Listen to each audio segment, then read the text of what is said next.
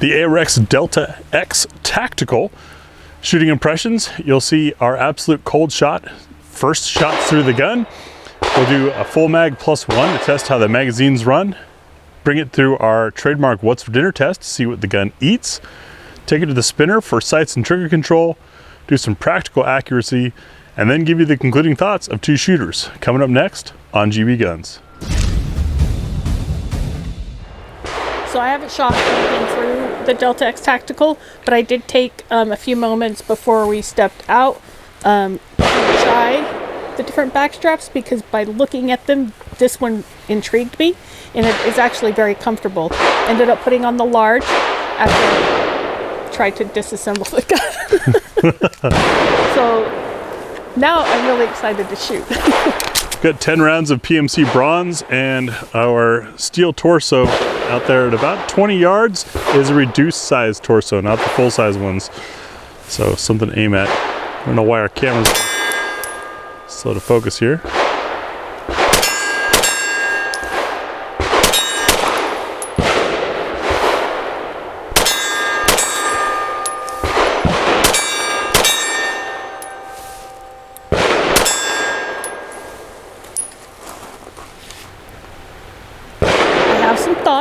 Gonna give it a little more time.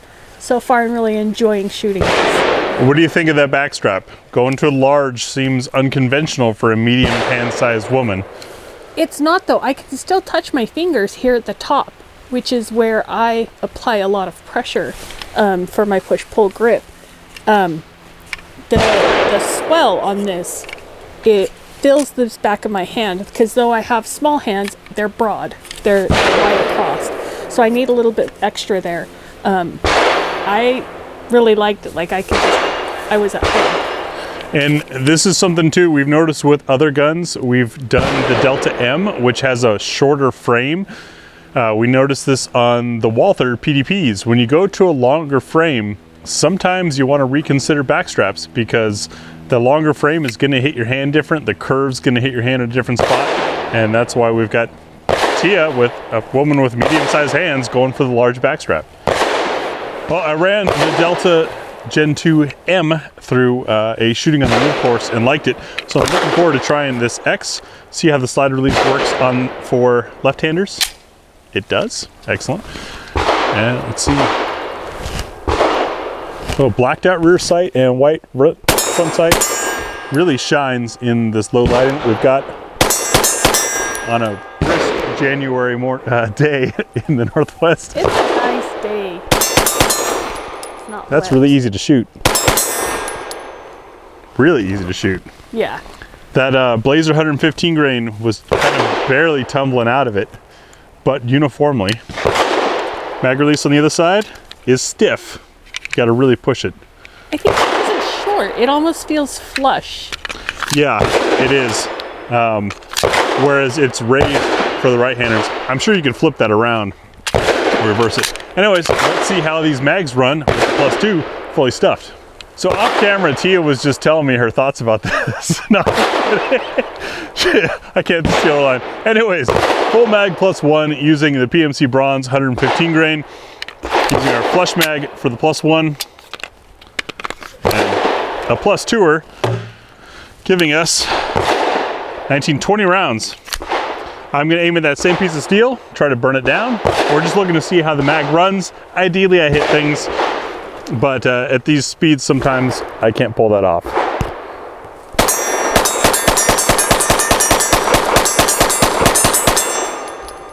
And other times I do. Nice fireballs. Rather smoky. And folks, you could say that's ammo, but I'm not a dragon and I'm putting out smoke too. This is what happens in cool weather with humidity like this. So it's going to be a little more spectacular of a What's for Dinner show, which is coming up next. It's that time again. Thanks to our Ammo Squared supporters, patrons, and some viewer submissions, we've got What's for Dinner. Starting down at 65 grain, as we move across these, you'll notice the bullet shape, overall length, ogive location, weight, case material are all different. We go from 65 to 165 grain today. We're looking to see How's the gun eat? Will it feed from slide lock? Is there enough energy to cycle and feed another round of the same type?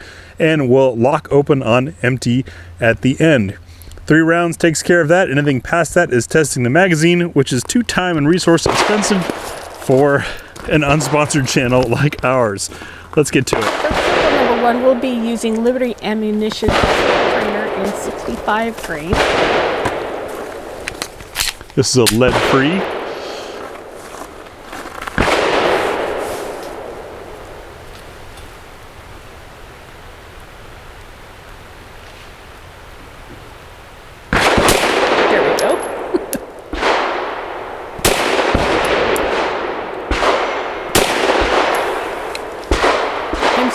Sometimes I feel like I'm aiming up at that circle.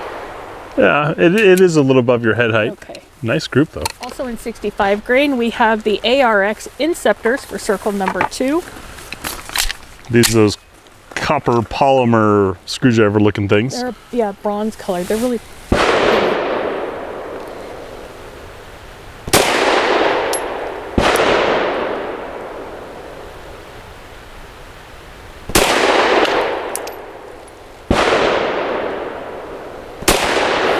Unidentifiable secret.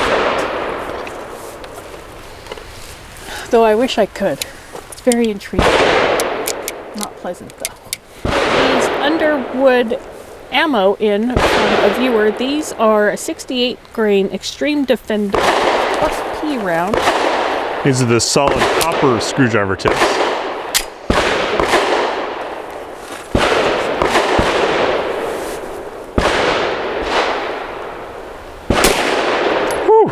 Yeah.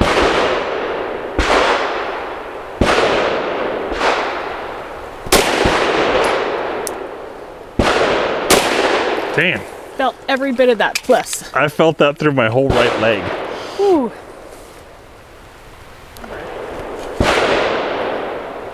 Not for this review necessarily, but I've noticed that some less expensive polymer guns don't mitigate as much recoil as your more expensive ones, and I wonder if that's not to do with the quality of polymer that they're using.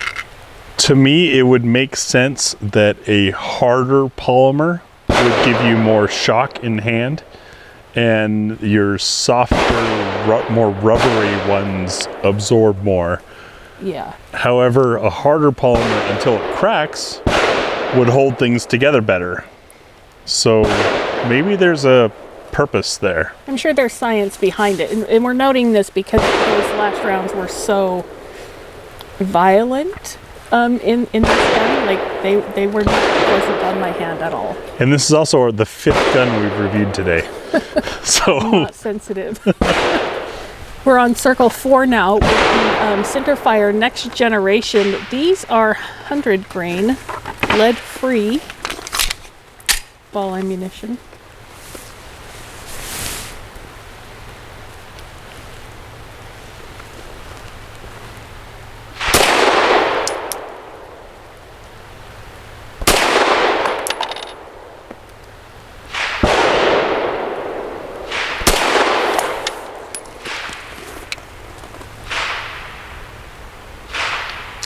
looks like 2 touching and then 1 a little high. I wish I could see better sometimes.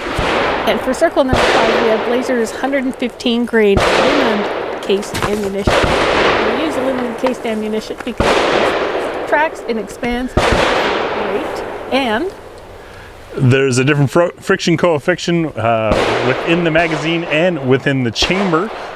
In the magazine, it's the 2 cases against each other, or multiple cases, but going into and coming out of the chamber is a little tougher sometimes with aluminum and steel. Plus, if it's expanded or contracted at a different rate than brass, it might not be fully contracted in time or might contract too soon. I don't know. I'm not a metal temperature scientist guy. I just know these things do exist, and that's why some guns choke on them, and that's why we include it in our test. And it's affordable, so circle 5.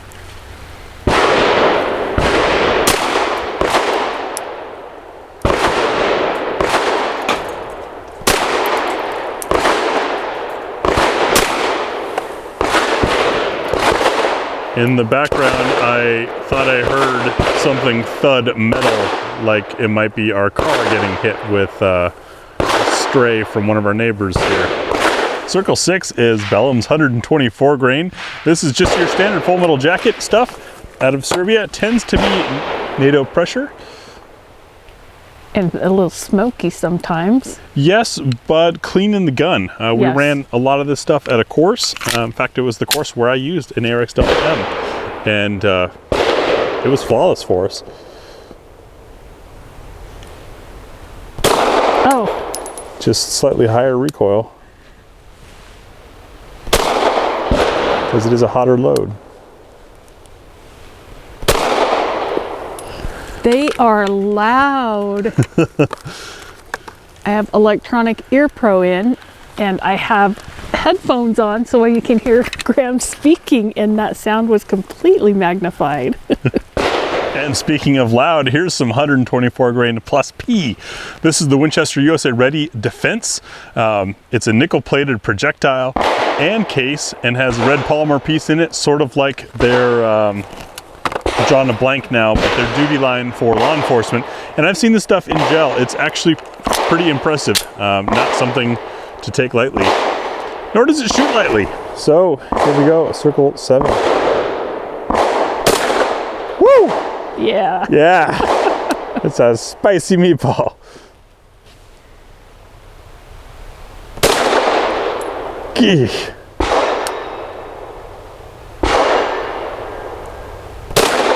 Sometimes we're taking that long in between shots because we're recovering.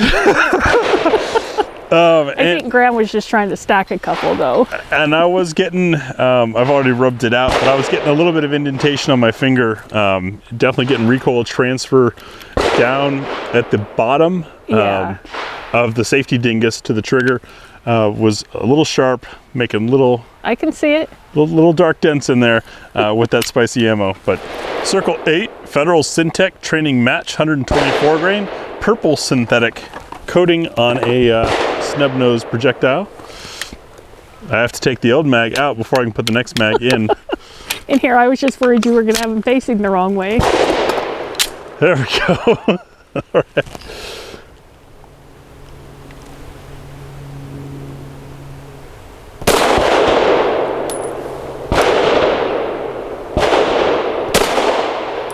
Yeah, these are recoil a little heavy too. Might just be this gun. Oh, they smelled nice. A little sweet. Circle 9, now that the spall is finished falling from our neighbor, Horny Critical Duty 135 grain flex lock. It is a nickel-plated case. Sorry folks, it's New Year's Day and lots of people are shooting. Glad we can't see what they're doing. Yeah. Well placed rounds.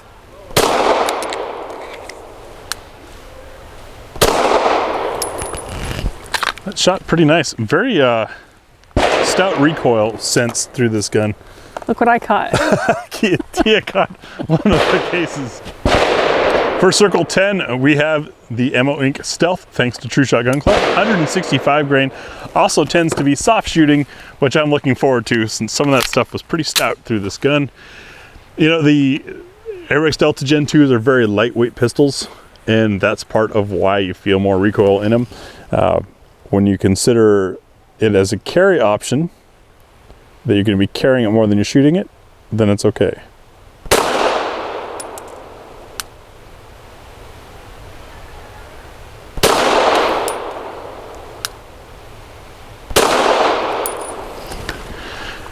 And as always, that Stealth shot nicely and grouped nicely.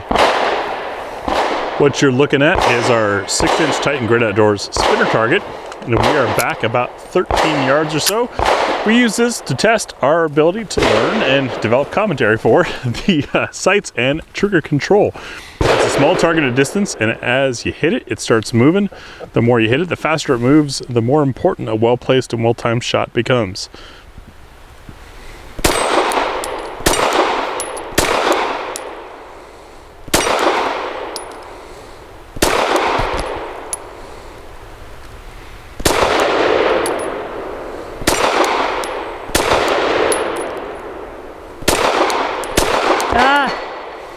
got me on that one.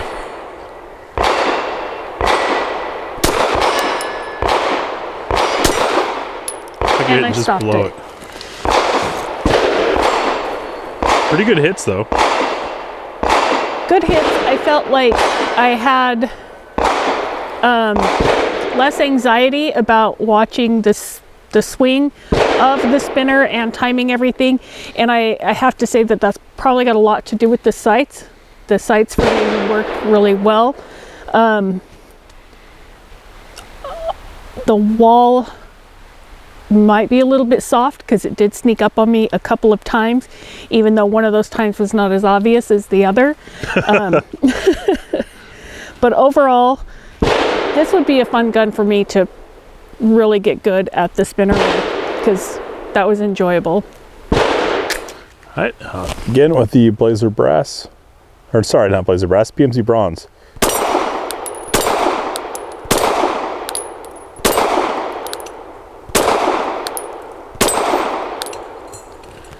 See, and he did it again. He let me go first and loosen those legs up so it would just fall right over.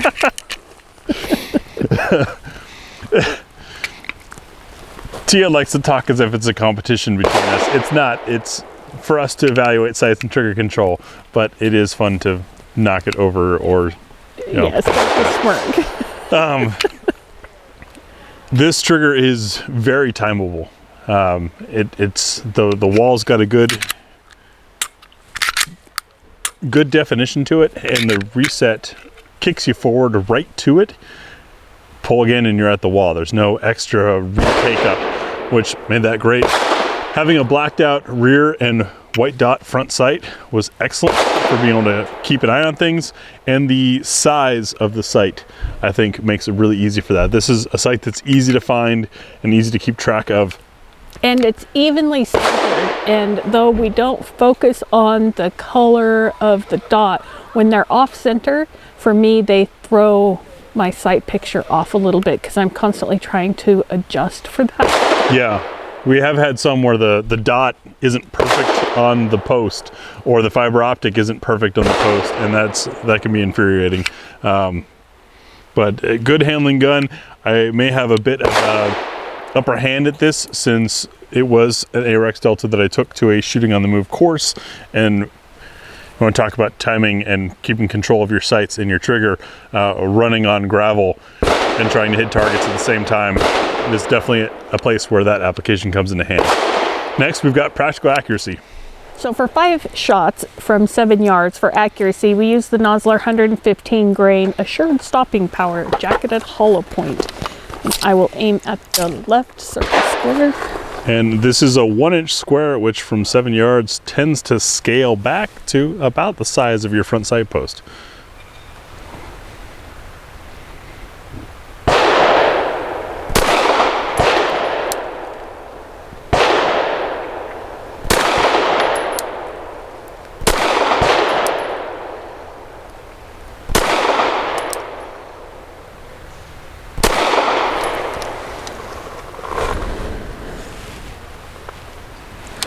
Five shots of Nosler ASP 115 grain from 7 yards on the right circle square for my practical accuracy.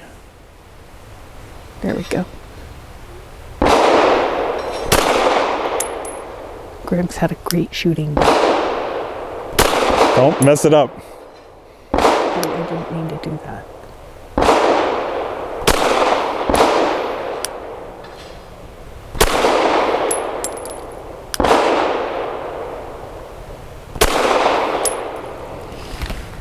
My eyes are tired. I can't see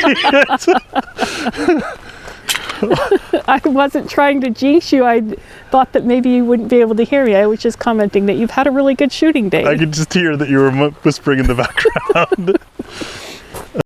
So my overall impression of this Arex, it's an Arex, it's a tactical. This is the Delta X Tactical. Delta X Tactical. I remember most of it. I'm really impressed. I would recommend this gun to anybody. It shoots really, really well. It's easy to learn. It's extremely comfortable. And though I did not go through all of the back straps, I can tell you that between the one that came on it and this one, there was a huge difference. So I have no doubt in my mind that you could find the appropriate fit for your comfort level. The trigger is great. I would not want a lighter trigger for a new shooter. I think this is a great starting trigger for someone that has goals of building up to using a faster trigger.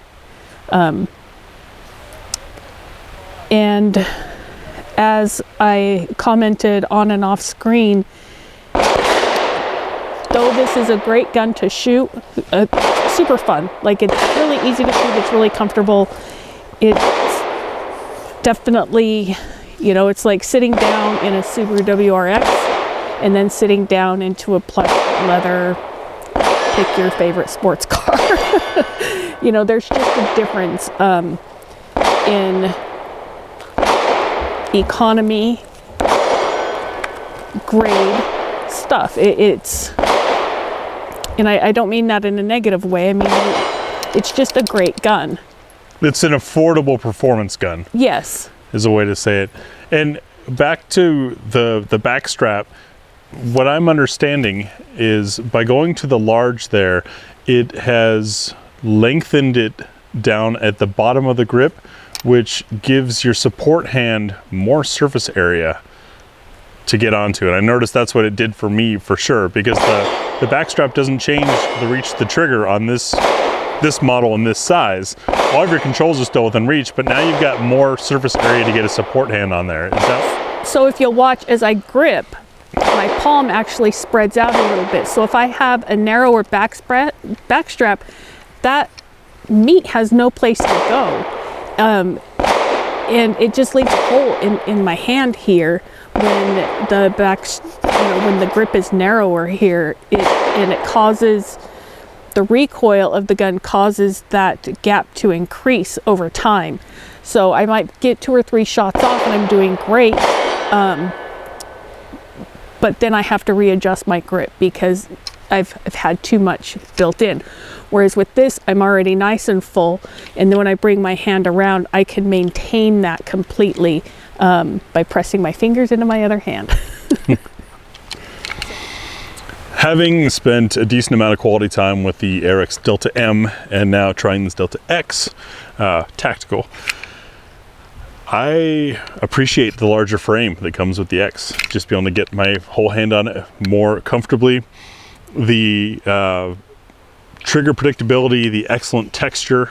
This texturing is great. It's not abrasive, but it really holds you back. It holds you back.